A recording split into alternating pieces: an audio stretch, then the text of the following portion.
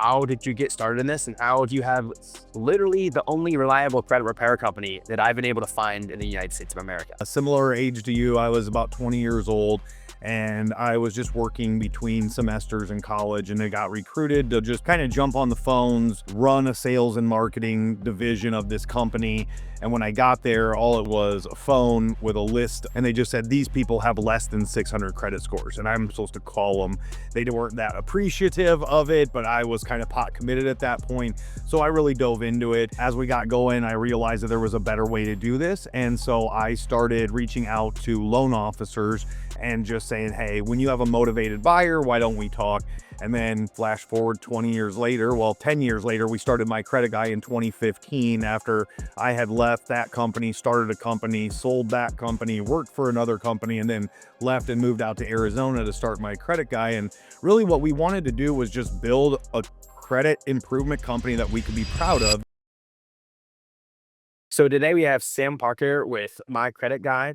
And Sam, we were just talking just now about how you literally lived at the end of the road that I'm on right now when I'm recording this video. So you're in Hurricane Ian? We're from Iowa originally, so it takes a lot to make us, evacuate. So what happened was we got there and we had only been there for like a year or so, and Hurricane Ian was on the way in, and we asked our neighbor, who was like a 7-year-old sweetheart. We're like, Mary, what are you doing? And she's like, oh, I'm not going anywhere. And we're like, well, then we're not either.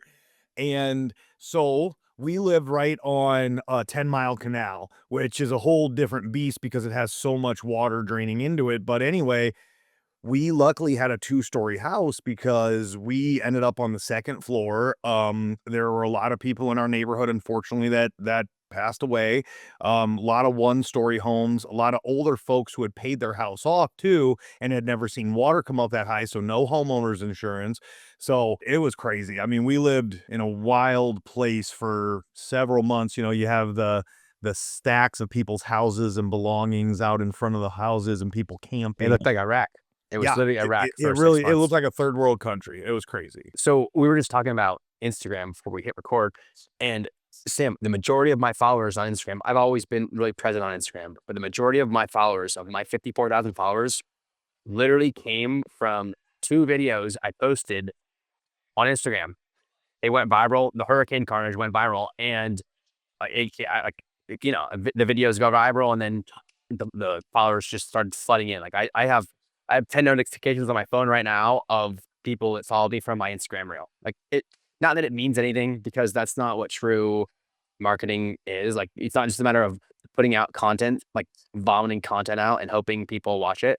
Um, our industries specifically are very, very niched, but no, the power of just putting something online and then it goes viral, and then all of a sudden 50,000 people are seeing your content every day.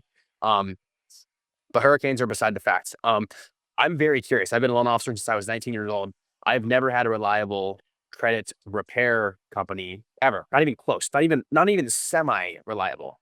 So just do a quick intro. Um, how did you get started in this, and how do you have literally the only reliable credit repair company that I've been able to find in the United States of America? Yeah, well, I appreciate that. I fell into it. Similar age to you, I was about 20 years old, and I was just working between semesters in college, and I got recruited to just kind of jump on the phones, run a sales and marketing division of this company. And when I got there, all it was a phone with a list of, and when I say a list, I mean a stack 3 inches high. And they just said, these people have less than 600 credit scores, and I'm supposed to call them. They weren't that appreciative of it, but I was kind of pot committed at that point. So I really dove into it. As we got going, I realized that there was a better way to do this. And so I started reaching out to loan officers and just saying, hey, when you have a motivated buyer, why don't we talk? And then, flash forward 20 years later, well, 10 years later, we started My Credit Guy in 2015 after I had left that company, started a company, sold that company, worked for another company, and then left and moved out to Arizona to start My Credit Guy. And really what we wanted to do was just build a credit improvement company that we could be proud of. There were all these companies all around us that were just doing stuff that was like Why do that? Like, why have like a service that people need and then just do them dirty one way or the other? Like charge up front, make crazy claims, not come through with what you say you're going to do, stop answering phone calls, not answer emails, like all this stuff. It's just like, gosh, it doesn't need to be done like this. So when we built My Credit Guy, we truly did it with the loan officer in mind, for the loan officer, so that we would become part of their business. And then, the reason that we're one of the only ones, or if the only one out there that does it the right way, is just we don't know any better. We were raised in Iowa with good morals and ethics and hard work ingrained into us. And I mean, I couldn't sleep at night if I did something wrong to somebody. I already like have a tough time with it even when I don't. So, it's just the right thing to do, and people need this service. And over 20 years, have I thought about jumping out to mortgage or real estate? It would be a lot more lucrative, but then I'm left thinking, what's left in our industry? Companies that just got sued, for billions of dollars, or network marketing companies that we know aren't going to take care of our people. Like, we have a little bit of a mission here that we got to accomplish. So, I'm very straight shooter. I have nothing to hide. And I'll be honest, I was I got turned off from credit repair companies because it seemed to be like all of these guys in, like, a lot of them were on social media. I'd meet them at some kind of networking events, and they would start credit repair companies. They would start a credit repair company, and I'm like, I would just be talking to them. I thought it was odd. I'm like, you do credit repair? Like, I got my credit repair agency, and I'm like, who is it? It's like, it's me. I'm like, do you know anything about credit? I'm like, they don't own a house. They didn't own real estate. I'm like, how do you own a credit repair company and you're repairing someone's credit? And it's one of the most complex things, like, i- in the entire financial situation. It's not like you're just getting a mortgage or you're buying a house. There's like a fixed interest rate and a 30-year term. It's like, bro, credit is insane. The credit pie matrix, I memorized that when I was like 20 years old, and I started to understand it. But the smallest little thing will completely screw you on an AUS approval. I mean, a lot of times they're not even reporting correctly. And I just had this bad taste in my mouth. And honestly, when I didn't even try to help these people, I would get someone in the lower 600s, and I didn't even like really try. For the longest time, I had them in my CRM. I had hundreds of people, and I'm like, there's nothing that I can do. Like, I can't refer them to a credit repair company.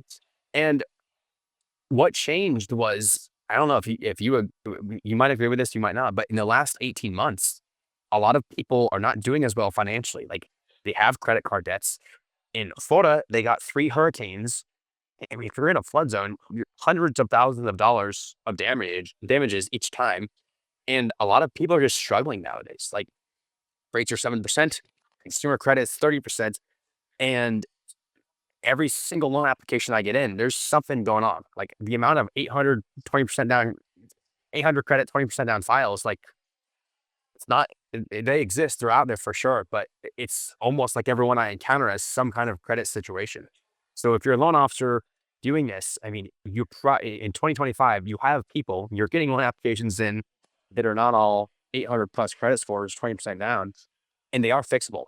Now, some of these people, I'm sure you have your own lingo for this, but a lot of these people, when they just have like a lifetime of bad decisions, you're not gonna be able to help them. There's nothing you can really do. I mean, you can't.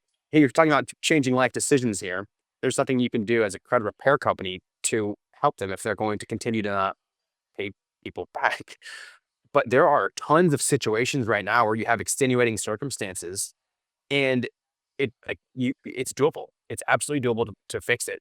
Um, if they're charge offs, I don't know. Like, do you have a quick rundown of the different scenarios that you see commonly? so items that we're looking for that we would want to step in and help, or that we could step in and help, are collections, charge-offs, profit and loss, isolated late pays, public records, and thin credit files. So, for instance, we always say this saying, like, bad things happen to good people and good people make mistakes, right? And as long as they're willing to stop making those mistakes, like what you talked about, we can come up with a game plan for them. If every time we try to fix a hole in the bucket, they poke 2 new ones, it's going to be a losing battle. But if somebody has gone through something, or if they're willing to work with us, normally what we would do is stop the bleeding. So what we would do is make sure that if there's anything that the client is still that's still taking them down a negative path. They're going late on something, but it's not a collection yet, or they're maxing something out, and we know that what's happening next is that they're leading towards going delinquent. We'll make sure that they're not going to hurt themselves anymore first. Then we prioritize and are looking at things like the collections and charge-offs and stuff like that, getting anything that we can removed or updated that shouldn't be there, outdated, erroneous, whatever.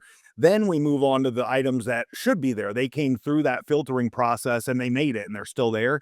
Now what we're going to do is, instead of disputing those over and over again, now we get on the phone and help those clients negotiate settlements and pay for deletions. So we're actually looking for true resolution, not just trying to get out of everything like what most credit repair companies preach. It seems like the standard operating procedure is most credit repair companies, they just send a bunch of letters.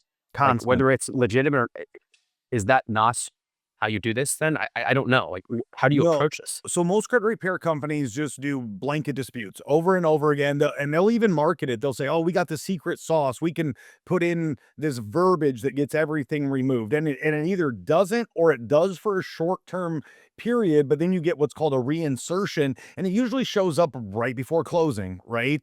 Because that gives that creditor time to get their ducks together and to be able to repost that item. So what we do is we are just trying to do fact finding. So we start with, is this item accurate or not? And what we're doing, we do have to use the dispute mechanism. And it's a nasty word. You know, the lingo in the industry is dispute. We shouldn't do that. And the reason that lenders don't like that is because if you see dispute verbiage on the credit report and it says consumer disputes meets FCRA or consumer disputes, a lot of underwriters are not going to accept that file, right? And that's because back in the day, credit repair companies would come in and just blanket dispute everything, tell their lender to repull credit right now. And while those items are in active dispute, it kind of gives the client the benefit of the doubt. And so you'll see artificially inflated credit scores during that period.